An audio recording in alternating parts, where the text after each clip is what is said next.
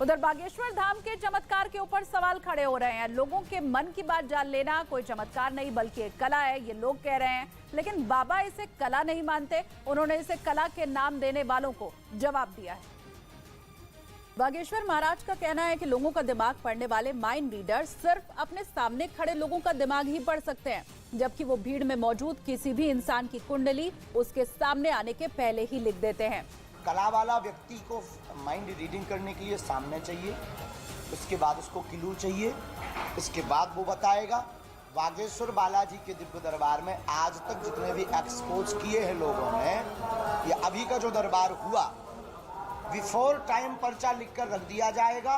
लाखों लोगों के बीच में आप जिसको उठाकर लाएंगे उसका प्रश्न उसमें मिलेगा। बाबा ने अपनी बात पहले ही साबित भी करके दिखाया है। 2 दिन पहले उन्होंने एक पत्रकार को पंडाल से किसी अनजान शख्स को बुलाने की पेश। ये सब घर से ही हैंडीक्राफ्ट का बिजनेस करके हर महीने लाखों कमाते हैं। आपको भी ये करना है, इनसे सीखना है तो फ्रीडम ऐप को अभी डाउनलोड कीजिए। की पत्रकार एक महिला को मंच पर ले आई। आपके मन में 2 प्रश्न हैं। बालक का प्रश्न है, कृपा होगी, चल नहीं पाता, स्वास्थ्य ठीक नहीं, नसें टेढ़ी हैं, धन की तंगी भी बनी, वो ठीक हो जाएगा, दिव्यांश स्वस्थ होगा, आशीर्वाद है। उसके पास एक बच्चा भी था जो नसों की बीमारी से ग्रसित था।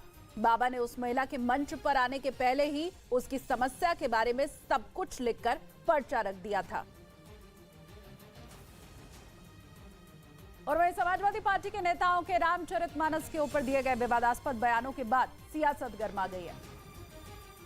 दरअसल एसपी नेता स्वामी प्रसाद मौर्य के बाद अब एसपी के पूर्व विधायक ब्रजेश प्रजापति ने रामचरितमानस पर आपत्तिजनक बयान दिया है। ब्रजेश प्रजापति ने सरकार से रामचरितमानस पर बैन लगाने की भी मांग की है। तो इनको या तो पूरी तरीके से हटा देना चाहिए या फिर पूरी तरीके से इस रामचरितमानस को बैन कर देना चाहिए। उधर स्वामी प्रसाद मौर्य अपने बयान पर कायम है। उन्होंने बयान वापस लेने से भी इनकार कर दिया। स्वामी प्रसाद मौर्य ने रामचरितमानस की कई चौपाई पर आपत्ति जाहिर की है।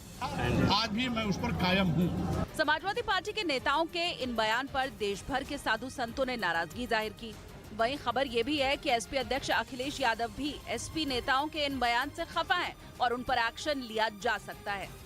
अमेरिका की सेना के जखीरे में बहुत जल्द एक बेहद दमदार हथियार आने वाला है। यह हथियार एक लेजर एयर डिफेंस सिस्टम है। अमेरिका की सेना के लिए हथियार बनाने वाली कंपनी लॉकहीड मार्टिन ने बताया कि उसने इस सिस्टम को बनाने में अहम पड़ाव पार कर लिया, जिसका मतलब यह है कि अमेरिका डेमोस सिस्टम नाम के अपने इस लेजर एयर डिफेंस सिस्टम को बनाने के बेहद करीब पहुंच चुका है। बताया गया कि इस एयर डिफेंस सिस्टम की बदौलत अमेरिका की सेना बेहद ताकतवर लेजर के जरिए ड्रोन से लेकर हेलीकॉप्टर, रॉकेट से लेकर तोप और मोटर तक को मार गिरा सकेगी।